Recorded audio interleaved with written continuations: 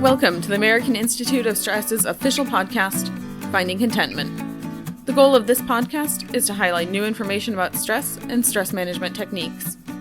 While we understand that stress is a very personalized issue and different for everyone, we hope to help you find your own way to contentment.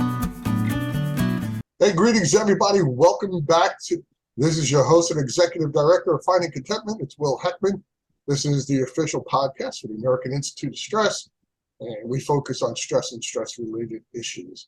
And I want to remind everybody, please go to stress.org and subscribe to our magazine, Contentment and Combat Stress, and it is free. So no cost for a subscription. They're both great, and I think you really enjoy them. And speaking of subscribing, I have to do the YouTube thing. Hey, press the button down there where it says subscribe, hit the thumbs up, hit the bell, you know, all that YouTube stuff. I really appreciate it. Please feel free to leave a comment. Love hearing from you guys.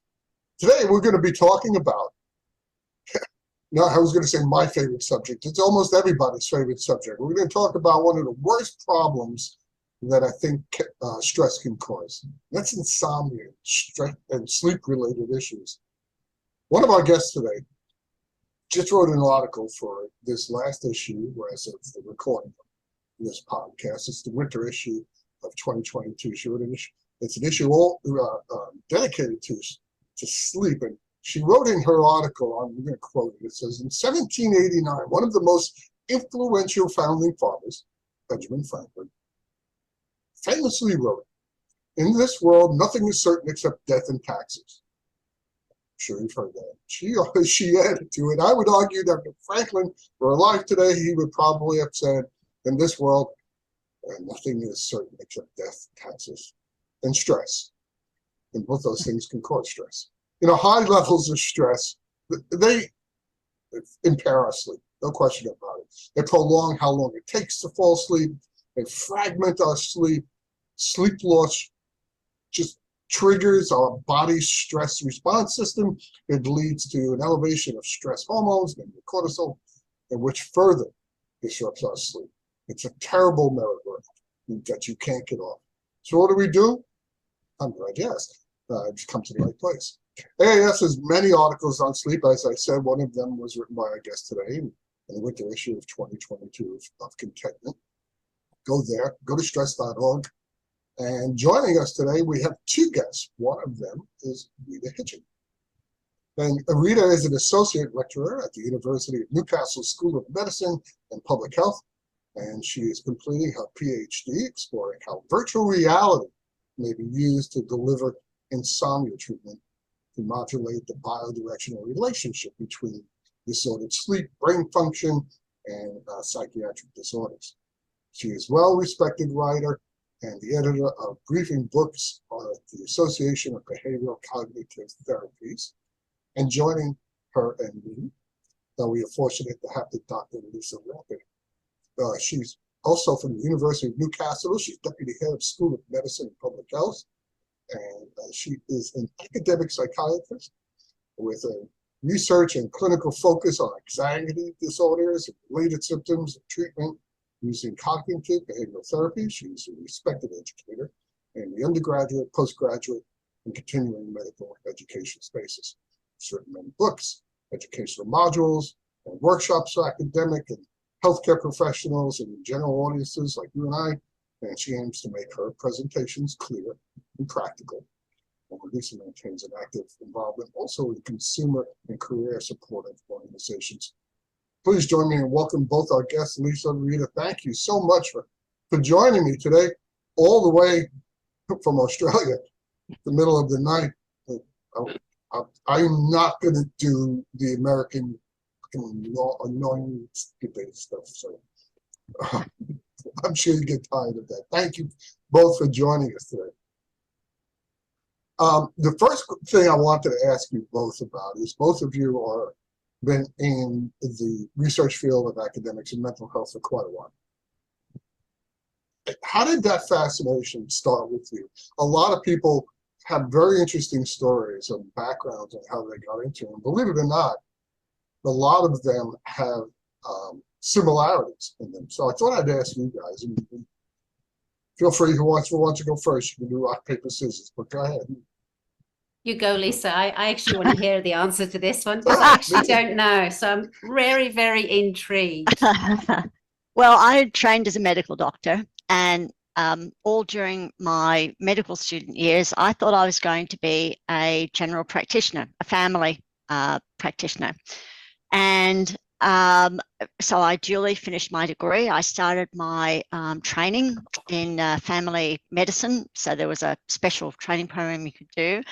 And I became a bit dismayed because it felt as though patients were going in and out all day. And I stopped and thought that what I'd always really, or one of the things anyway, I'd liked absolutely best was the talking to people.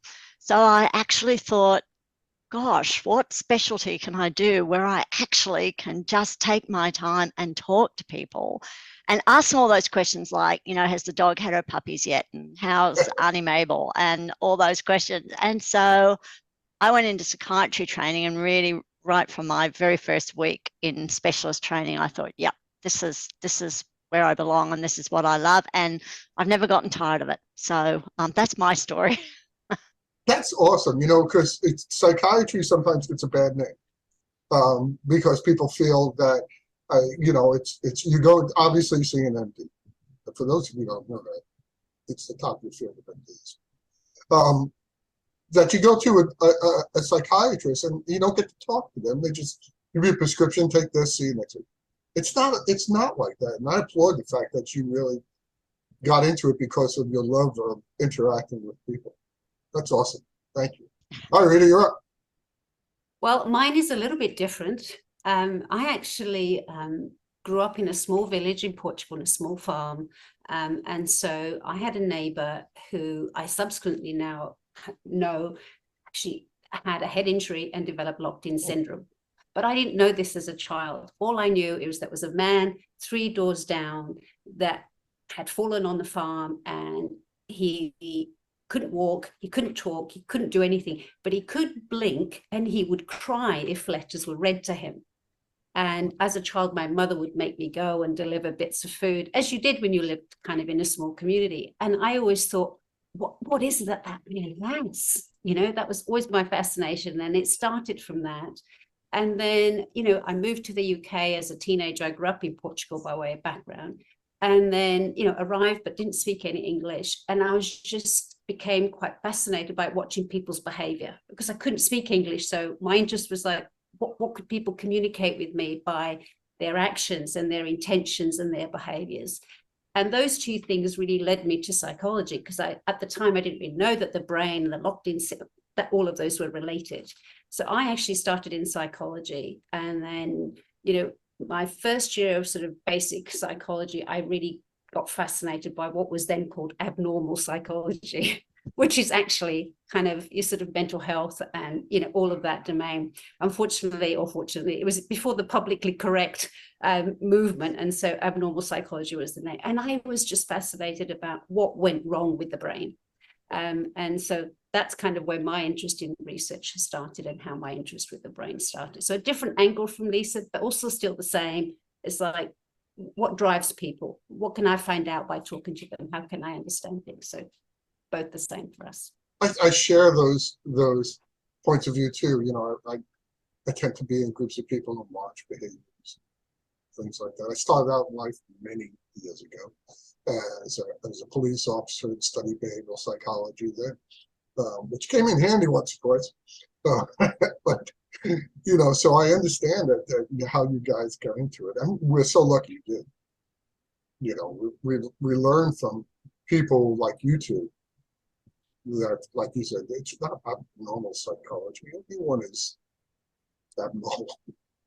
Yeah. I would say too, Will, that for us, we learn from our patients all the time. It's kind of like the circle that keeps giving, because it really, you can learn so much from books and your lecturers, but then you learn from the people you interact with, and then in turn you pass that on to other people. So that's the other thing I really like about the field. That's awesome. It's never boring, and you're never going to know it all, because whenever you think you know it, then somebody will say, yeah, but this.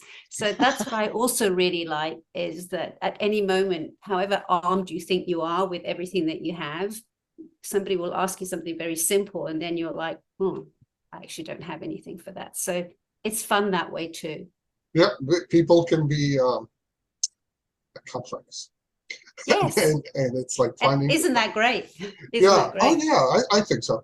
And it's like figuring out a puzzle. Okay, so the reason I have you guys here is because I get asked, different questions about stress all the time. It's a lot of misinformation out there about stress and what it does to us. But I think it's a universal fact that we can accept that stress can affect our sleep. And Rita, I wanted to ask you, because since you wrote that article, which I thought was great, by the way,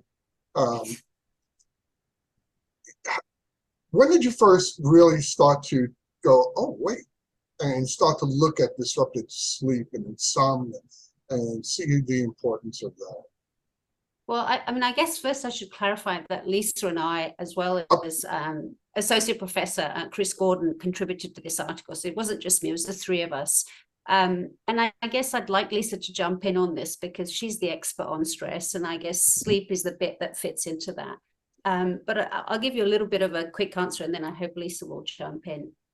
My interest with the relationship between stress and sleep really started with what Lisa just mentioned, which is about the clinical interface. So I was doing a lot of research, I was doing a lot of clinical assessments for research studies, and patients would say over and over again, I can't sleep, I have difficulty sleeping. It just came up over and over and over again. As much as like, where did you go yesterday? It was such a common theme that it started to make me think, what is it about this sleep thing that comes up over and over and over again?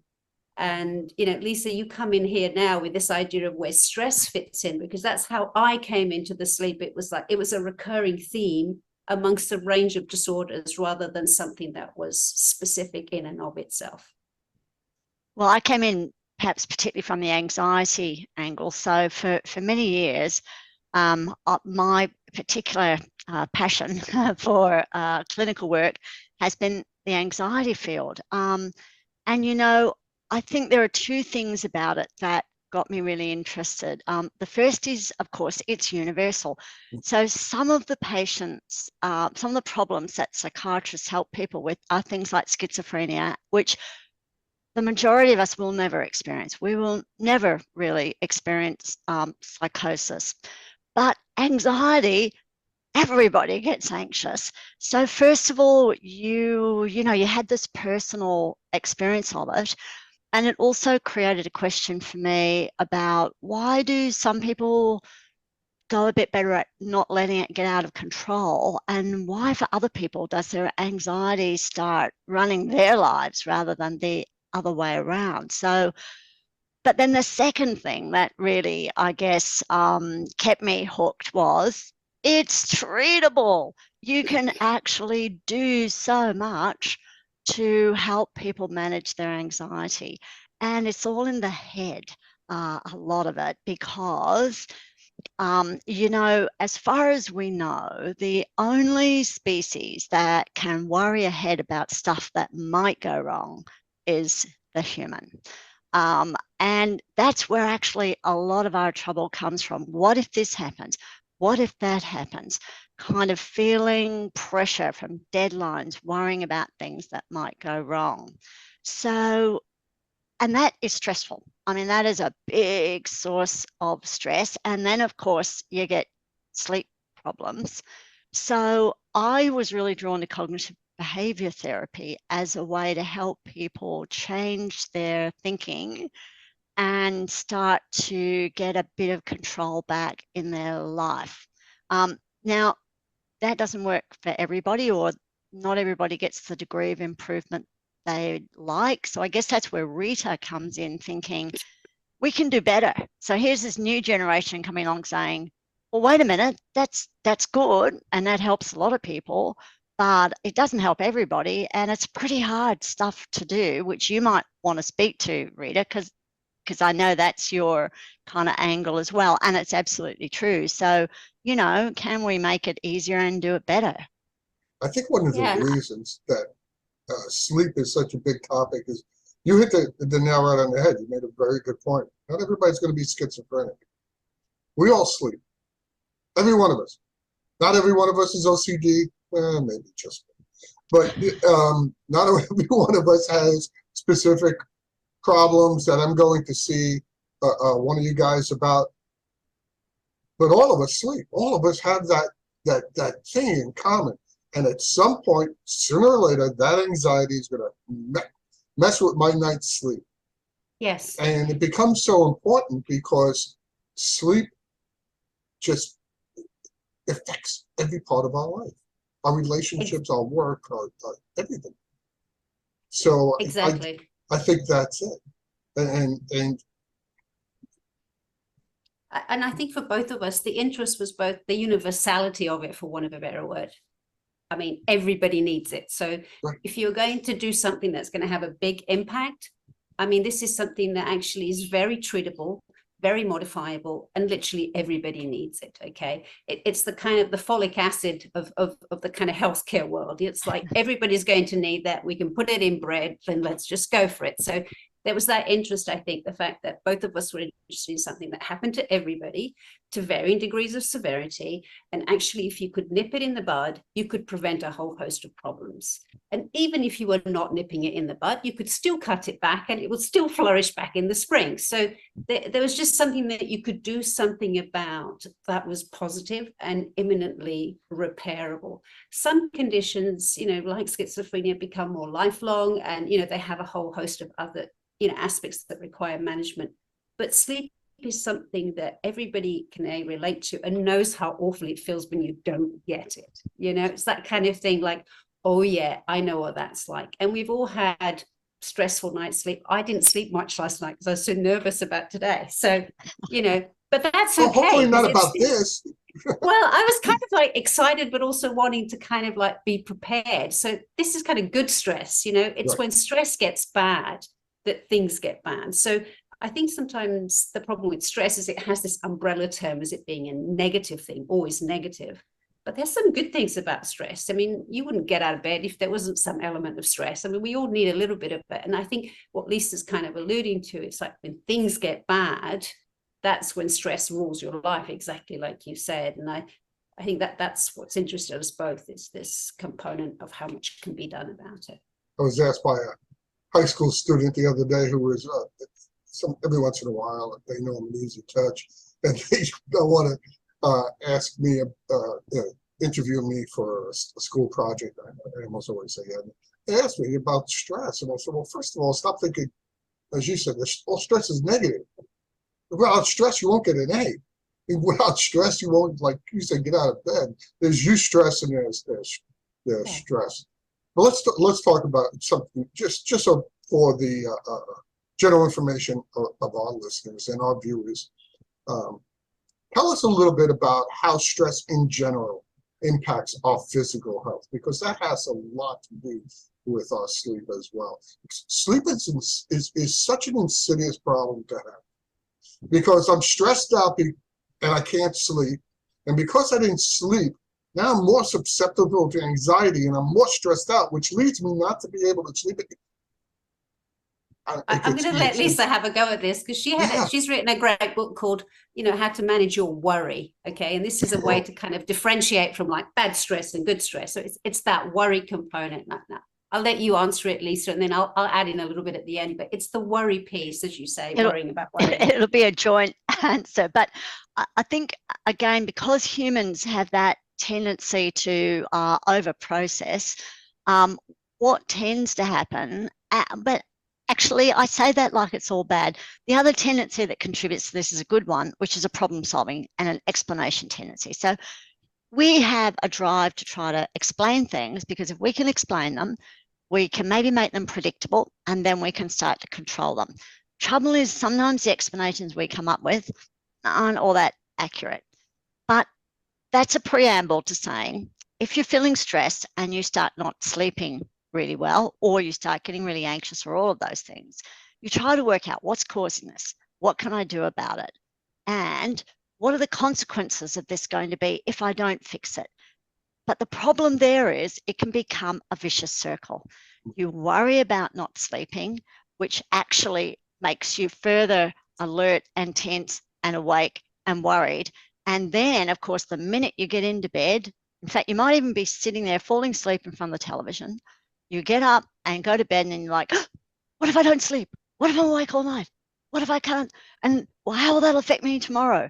And then, it all kind of feeds into each other. So there are definitely some physical and endocrine effects of stress on our body, but there's also this secondary psychological going over and over it and getting ourselves more and more worked up that creates some of the problem. So you probably want to jump in there too. Rita. Yeah, I was just going to say that in the short term, there's some, very clear pathways of how stress impacts the body from, as Lisa said, from a kind of endocrine perspective. There's a dysregulation of the amount of cortisol that you have in your body that creates more arousal than would be the case. But all of these things are short term. Like I said, I probably couldn't sleep very well last night, but it's a short term impact.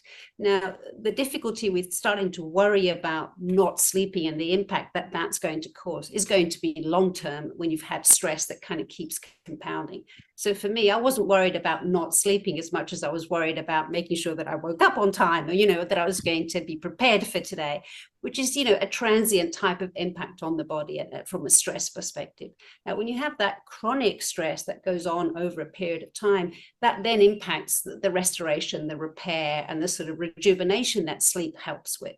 And so when you look at chronic insomnia, that's when we see all of these long-term impacts, things like cardiovascular disease, diabetes, etc. Those are that kind of chronic stress, which, comes from, as Lisa said, that idea of like worrying about worrying that kind of keeps you and perpetuates you in a state of anxiety that makes it difficult to fall asleep. So I guess it's that differentiation of the short-term impact and the long-term impact that's probably important for listeners to maybe get a sense of, the difference of when insomnia becomes a real big problem.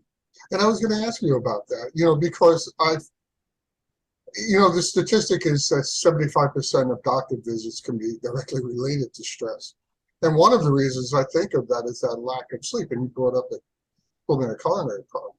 I have heard that, when you're chronically sleep deprived, you're putting your health at real risk. You're putting your heart at real risk. And I thought that was very interesting that there was such a direct connection to that. Just to show you how important it is that people need to really pay attention to their sleep. There is, but I think when you hear that, you can also get quite panicky about it, which is actually going to feed into the whole problem. So I guess the other thing I like to stress to patients is that's not going to happen overnight.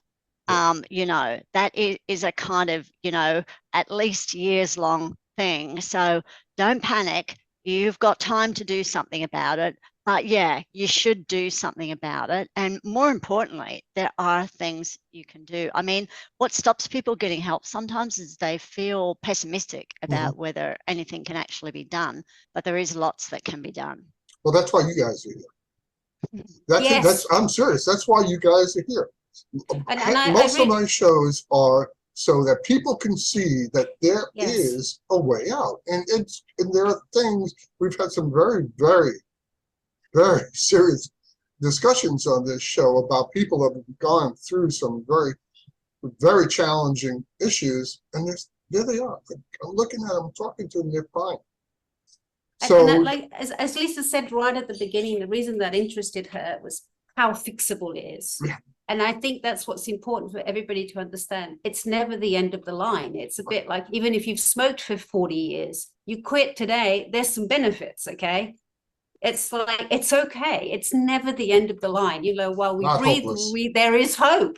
And so, exactly, you're not going to get heart disease because you've had 2 or 3 months of disrupted sleep. But if you've had 20 or 30 years chances are yes, but Mhm. it won't just be the sleep. There'll be a whole host of other problems that you're also having. So, it's important to sort of see it as a holistic thing. It's just, we don't want to feed the machine that already No, is having its own problems anyway. no. We're showing people that this is actually fixable and that it's a Yeah. doable problem. The other thing I wanted to ask you guys, because I feel sometimes that I'm laser focused on stress because it's my job, because it's a passion of mine. But what are there are other things that disrupt our sleep. I mean, it's That's not right. just, gee, people accuse me of being a worry wart. All right, fine. But, and it's not. Lisa's here. She'll help you. If you've got worry, she's your person. Good luck. It's been tried.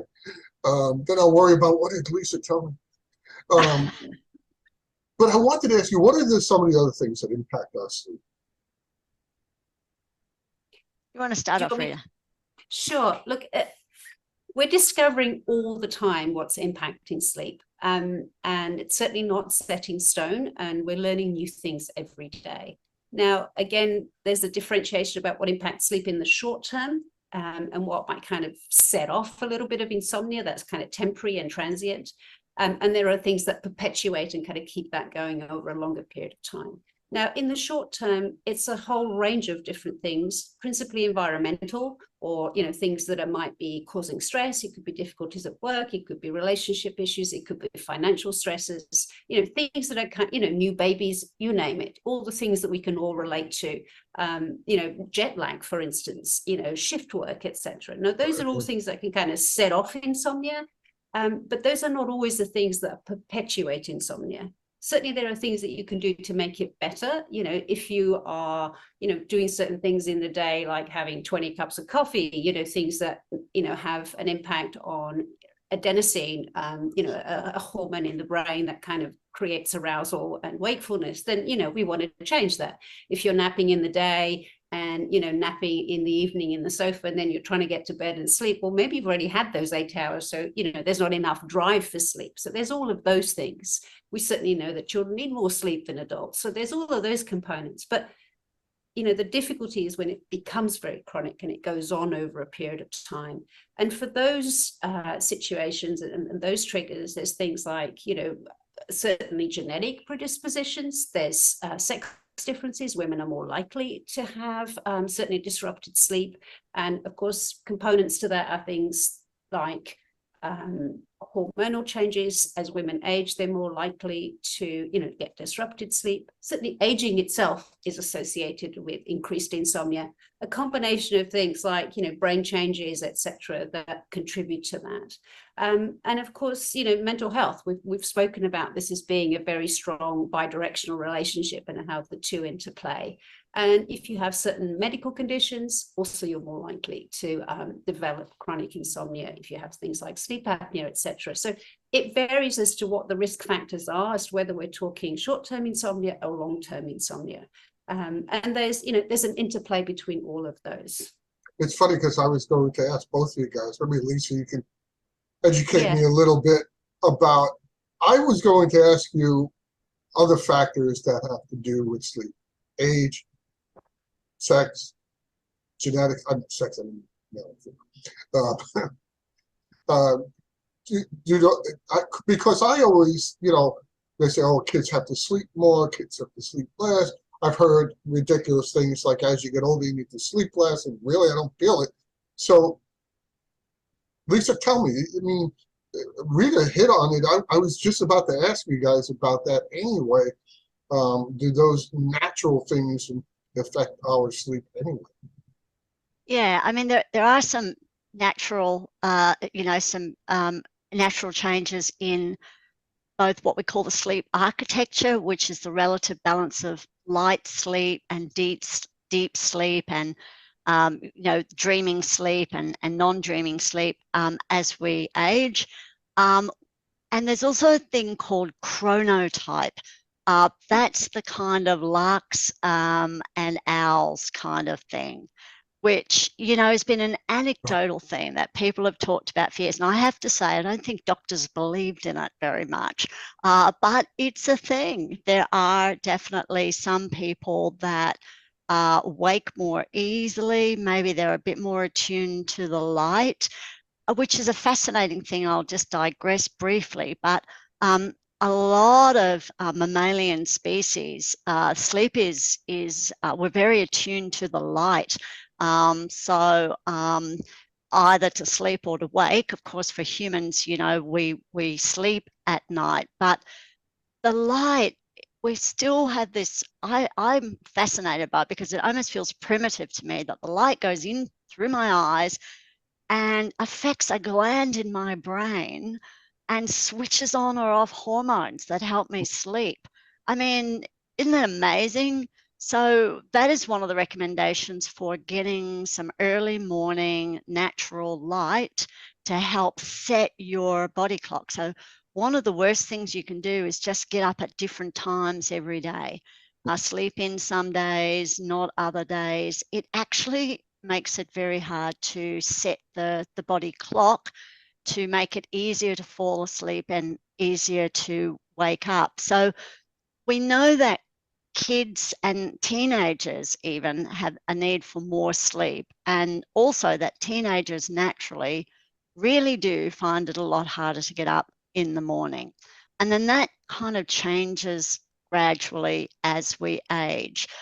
I think there's still a lot of dispute about, do we need less sleep when we're older, or is it just that the character of our sleep changes? Also, there's a wide variation in how much sleep people need. So not everybody needs 8 hours sleep.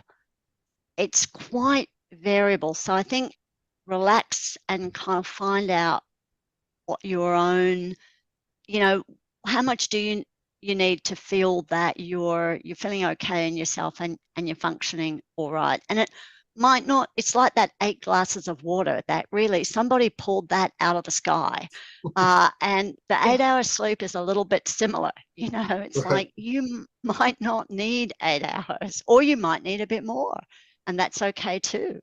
Someone told me once it's almost that, like calories.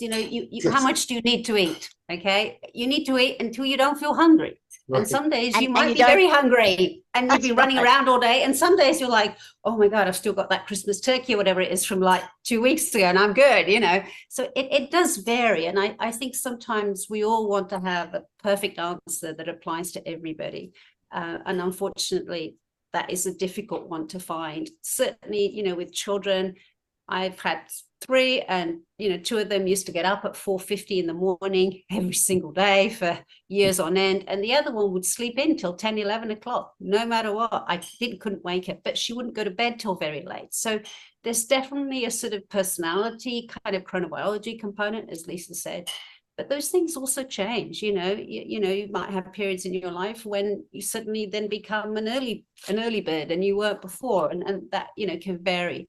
Certainly where you guys are right now in the mists of winter, the daylight hours certainly have an impact on sleep, and so it can be difficult to have the more regular sleep because you're not getting as much daylight, and so that can cause some disruption. For us here right now in Australia, where it's bright, sunny, in the day, it's easier to get more of those lux hours to help circadian rhythms. But I think the short answer is work to your own needs. Right. If you feel like you're not getting enough, you need more.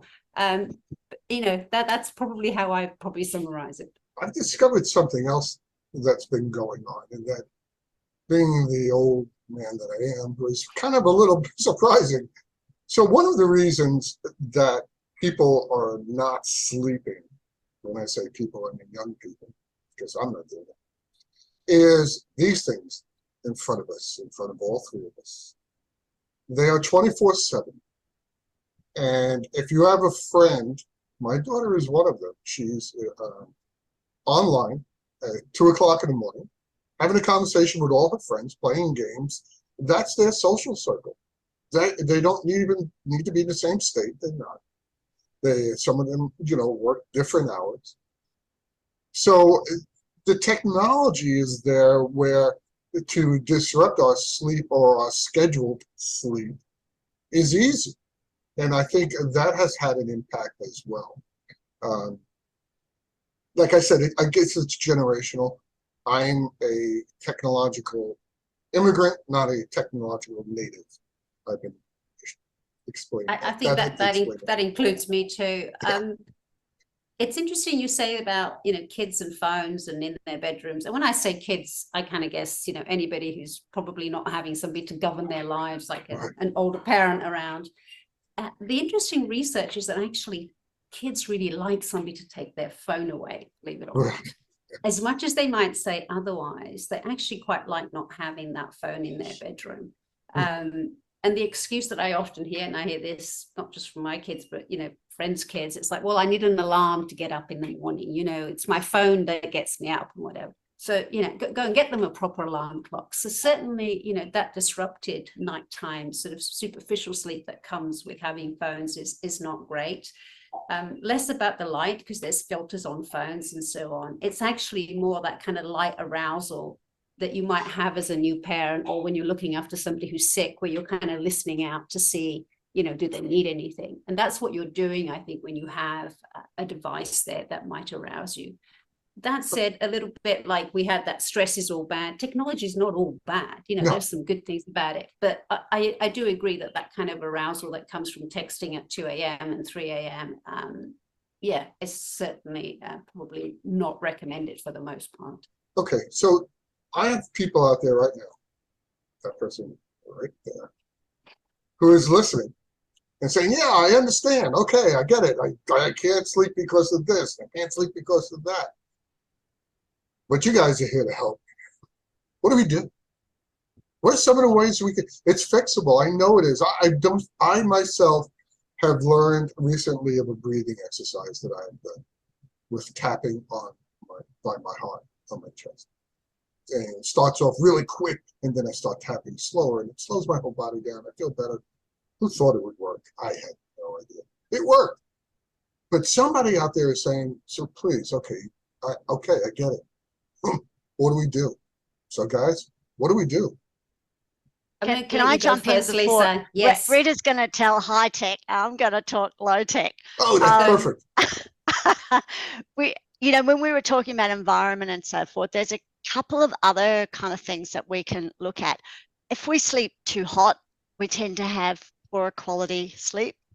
If the environment is not dark enough, and if the environment is not quiet enough. So to whatever extent you can actually get about the right temperature when you're sleeping and make your environment reasonably dark and quiet, they all tend to improve the quality of the sleep that we have. I would also encourage anybody who's not still a kid to probably get a medical checkup. Because there are some medical conditions that could, maybe not have huge obvious symptoms, like say your thyroid being a little bit out of kilter, that could actually be contributing to your problem. And if you're already on medication, have a talk to your doctor about whether any of those medications can actually interfere with sleep, because those are some other reasons, why people's sleep could be affected. They may not any of them be the whole reason, but sleep, when you've got a sleep problem, it's a chipping away. It's, there's a lot of pieces in that puzzle. Let's do what we can. And Rita mentioned sleep apnea. If you're overweight, which as we know, lots and lots of people are now, you are slightly more at risk of your breathing becoming a little bit obstructed and not clear when you're lying down at night. I know that actually some of the smart watches now have apps that can actually, detect a high likelihood of sleep apnea, because they can even monitor your blood oxygen through the night, which is a pretty good giveaway, because if you have a little pause in your breathing, your oxygen level will drop and the watch will pick that up. So these are all that's a little bit high tech, but all those other things are really kind of very low tech, but well worth doing if you have a chronic problem with sleep, just to get that checkup done and check your environment as well. Those are good Couldn't points. agree more. Cool, Couldn't agree dark. Yeah. And the only thing I would add to it is, and this is just for me, everyone's different. I think the best thing you said is you got to chip away at it. First, make it there dark, is a process of elimination for Yeah. sure. Certainly there are things you can do to facilitate sleep onset, and there are things you can do to facilitate sustained sleep. And of course, there are things that you can do to kind of keep a good, cycle of sleep. I think having a look at what you're eating in the day is really important, both from, calorie point of view. Is there something you can do in terms of maybe losing some weight if that's some of the difficulties that might be contributing. If you're snoring, again, that's a good reason to maybe get a checkup. Snoring is certainly not normal in children in particular, and even in adults it might be associated with sleep apnea or something else, so you definitely want to get that checked. If you're drinking, perhaps to try and kind of help you relax and kind of get to sleep, have a look at that, because although alcohol certainly helps with sleep onset, it does change your sleep architecture, as Lisa was saying, that amount of light sleep and deep sleep and so on. And those cycles as soon as the booze wears off, you wake up. Well, exactly. But actually, you tend to not get very good restorative sleep. So, that sleep that helps clear out the toxins from the brain that, kind of happens is diminished a great deal if you're falling asleep to alcohol. And of course, with alcohol, you're going to get in diminishing returns. You're going to have to drink a bit more as time goes on to get the same effect. So certainly that, you've got to remember that caffeine has a half-life of 12 hours. So 12 hours later, you've still got half the caffeine that you had. So I would discourage people from having caffeine anytime after midday. Some people are more sensitive than others. I mean, I hear people say to me, oh, I can drink 5 coffees and I'm all good. And I probably would say, just imagine what you might actually sleep like if you didn't have those. Because again, you don't know what you don't know. So there's that too. And then I think for sleep onset, we do know that taking heat away from the core really helps. So warming up the extremities can be very helpful for sleep onset, for keeping the room cool and dark.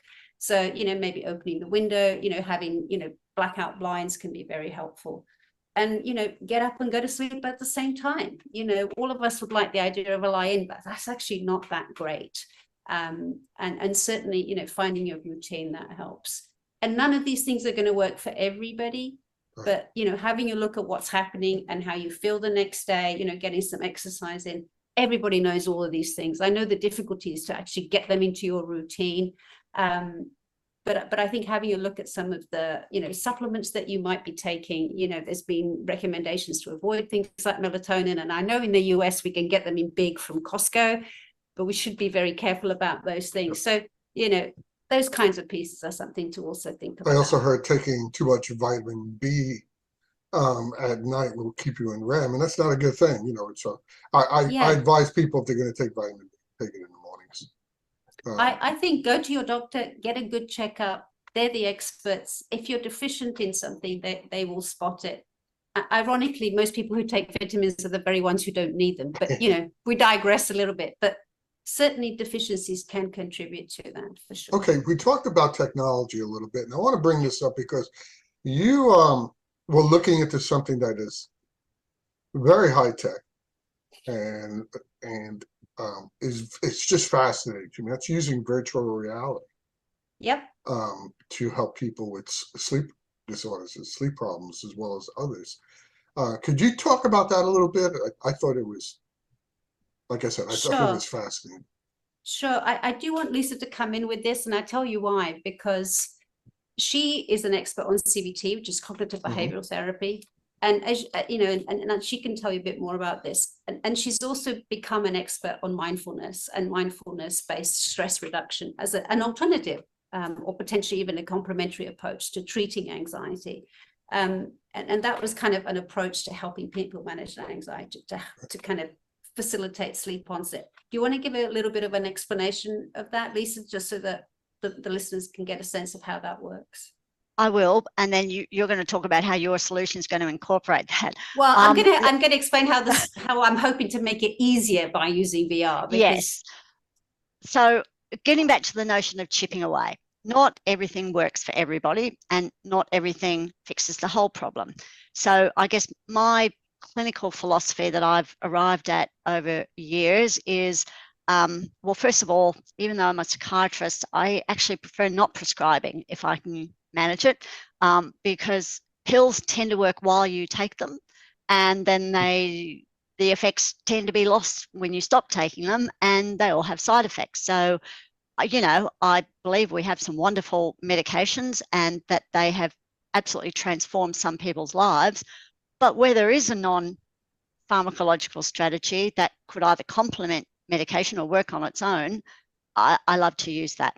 So cognitive behavior therapy is a very powerful tool for anxiety, depression, stress, and it involves trying to become more aware of how you're thinking about things and trying to not blow things out of proportion, keep a bit of perspective, maybe consider some alternative views. And also, hand in hand with that, maybe changing the way you behave to complement thinking more positively, if you like. I'm trying to put this in a nutshell, but it's quite hard work. It takes a lot of practice, and it doesn't come easily to everybody, and it doesn't always take away 100% of the symptoms. So it's good to have something else. And there is a technique that was developed in the US by John Kabat-Zinn, which was actually developed to try to help people with chronic pain who were finding that all the medical solutions still weren't enough for them. And John had an interest in meditation for many years, and he was absolutely kind of committed to the benefits that would bring. And he liked a particular variety of meditation, which is called mindfulness, which doesn't require you to control your mind or chant a mantra, but is actually about just trying to change your focus to be on the here and now and try to be non-judgmental about it in terms of saying it's not good, it's not bad, it just is. And he put that together in a package which also included some movement and some movement meditation and some breathing control. And he developed a program called mindfulness-based stress reduction. And that has now a really good evidence basis for its ability to help people with a range of problems. It still takes practice because meditation is a skill. But what I like about John's package, and other people have contributed to it around the world, of course, as well, is that it probably doesn't take as much mental gymnastics as cognitive behavior therapy can sometimes. And you can be guided in your meditation, which again makes it a little bit easier. There are a lot of movement-based meditations, which again, I think make it easier because you just need to do movements. And this package has been shown to be helpful for physical conditions like chronic pain, actually for some skin conditions that are chronic, which is interesting, like psoriasis, but also anxiety, depression, a lot of personality challenges where people might be oversensitive to things, maybe linking back to childhood trauma. So it's kind of like a really helpful thing, which I like to think now we've got that in our skill bag as well, that we can also call on that. But even that takes a certain amount of active involvement, which might be too hard for some people if they're really super stressed or really very anxious or depressed. So I think that's where Rita had this brilliant idea about, can we maybe guide people in a way that will capture their attention more fully and just make it easier for them to develop these skills. That's where you take over, Rita, and talk about your brilliant idea. So I actually came to the idea of using virtual reality because I had been working at the Veterans Administration in the US for about 10 years. And I'd worked on a range of studies looking at better ways to improve mood, improve anxiety, really with quite, I guess, impacted populations. You know what our combat veterans have been through. They're a tough, they've sustained a lot of trauma. And, you know, the sort of the statistics are terrifying. And I would interview these veterans and, you know, all of them would say, I've tried CBT, I can't do CBT. It's too hard. They're asking me to think about this. They're asking me to do that. And of course, I don't know how to do it. I don't have the language. It's not what I've been trained to do.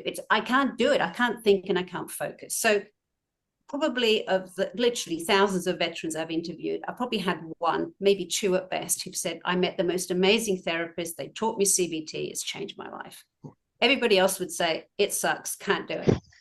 And so what they then started doing was a program called Breath. And in fact, there's been a movie made about a veteran that walked across the US, literally, you know, teaching the power of the breath. And the breath is a kind of a way to do mindfulness, of being kind of in the present moment.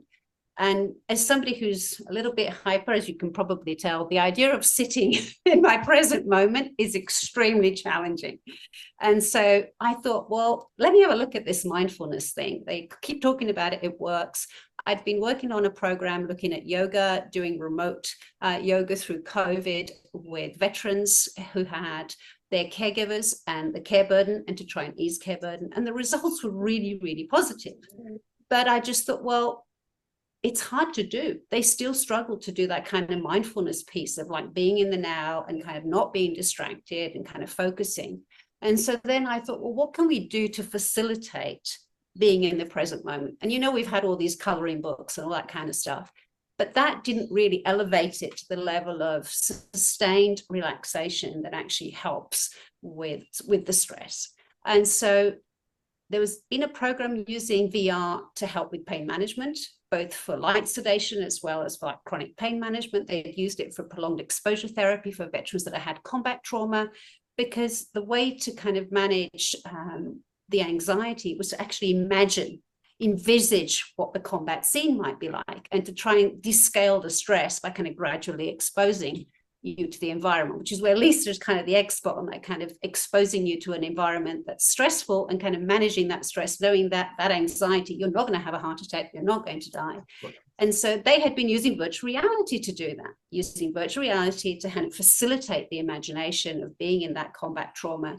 And it was really powerful at reducing the stress. There was lots of good evidence to show reductions in heart rate, cortisol, you name it, just from that kind of facilitation of the imagination. Because remember, when you're disrupted with sleep, not only can you not focus and can't think, you also can't imagine very well. This whole thing up here isn't working. But the visual system can fast track all of that. It literally is the kind of the principal agent that the brain will go to when all else fails. What's been seen can't be unseen, for want of a greater word. And so VR, because of the design of the headset, and I'm not a technical person by any stretch, so I'm not coming to it because I think VR is great in and of itself. I'm coming to it because VR is powerful. And as Lisa said right at the beginning, if it works, let's just use it. You know, we don't really care what it is, but if it works, let's make use of it. And so the headset blocks out external stimulation, so you kind of forget where you are. So it creates a space. And if you've ever tried it, and I don't know if you have, but I urge you to try it. If you get good quality, immersive content, and the key is immersive. So things that actually help you to suspend reality and be in that space, you can actually be so immersed visually that you actually are in the present moment without having to make any effort. And so VR uses the visual system to actually facilitate you being in the here and now. No different than when you're trying to watch a movie and you're so engrossed in it that you go, wow, how did those 3 hours go by? So it's that kind of component. It's using the visual system to help you be in the here and now. And literally a few minutes of VR in the right immersive environment lowers your heart rate. Again, same cortisol measures. It literally changes brain activity. So it is actually quite powerful. What we don't know, and the interest in the research for Lisa and I, is like how much, where, when. Okay, because that's what really matters. Because when you go to your doctor, it's all good and Kim saying, or she's saying, oh, hey, we got this great new pill, but they don't know when you should take it, how much you should take it, and when you're going to get better. Then it's a useless kind of a pill. So we're trying to get to that kind of nuanced understanding. Yes, we know it works, but we want to know which one is better for whom. Should they do it in the evening? Should they do it in the daytime? Is it before bedtime? Is it going to be the same as you said, those flashing announcements that kids are getting in the middle of the night? Or is it something useful? And that's where the interest for both of us is coming in, is finding, as Lisa's bio has said, a practical solution to a real world problem. And that's what we're both trying to do. I guess we got a lot of information. We're coming to a close of our time together, but I'm sorry, I always talk too much. No. Hey, it's my show. I can go as long as I want. But I don't want to go too long. But I want people to take away a couple of things. And one of the things is that, as you have both said, you can chip away at the thing that's keeping you from sleeping or getting the right amount or the right kind. There's so many things to look at. If you look at the old school stuff like me, look at what you're eating. Don't drink and go to sleep like booze. The booze is going to wear off. You're going to wake up. Do breathing exercise is something I learned. You guys have hit the nail right on the head. And the future that's coming out with virtual reality and other technologies, like Rita said, they're not all evil. Not all technologies are evil and keep us from sleeping. Some of them will help us find that way to that mindfulness that you both have told us is so important. I want to thank you both so much. I learned so much from having guys like you on. I mean, I really do. I feel like I get a good night's sleep now. The only takeaway I would add to that, Will, is I really want people to go and get evidence-based information. Okay, don't do Dr. Google. Right. Go to organizations that are impartial. They're there to provide good information for you and help you guide and get navigated. Because if you're informed, you can advocate for yourself. I'm certainly not saying VR is better than anything else. I think Lisa's saying the same thing. If this might work for you and this might not work for you. But I think go to an organization that has information that's impartial and has your best interests at heart. So, I think, you being US based, of course, the American Academy of Sleep Medicine, they have a whole host of impartial information that's evidence-based. They have, technology as simple as a calculator for how much sleep you need based on age. They have, information about finding a local sleep center or a local sleep doctor that's been approved, board certified, etc. Go and get good information and don't be afraid to keep asking and keep going back and say, hey, this isn't working. I think every clinician, I'm sure Lisa will sign on this, is committed and passionate about helping people. We're certainly not in it for the money, I can promise you. So go and get good information. There is hope and you can get better. But don't do Dr. Google and go over to Costco and get a packet size of, a melatonin or whatever. That's not the right way to go about it. And of course, one of those organizations is the American Institute of Stress. If you go to there you go. Let's put a plug in for that one, by all means. Yes. If you go to stress.org, you will be able to read evidence-based materials by people like Rita. Yes. So it's just written a very good article. Thank you. And Contentment magazine, which is the whole magazine, was dedicated to sleep this time.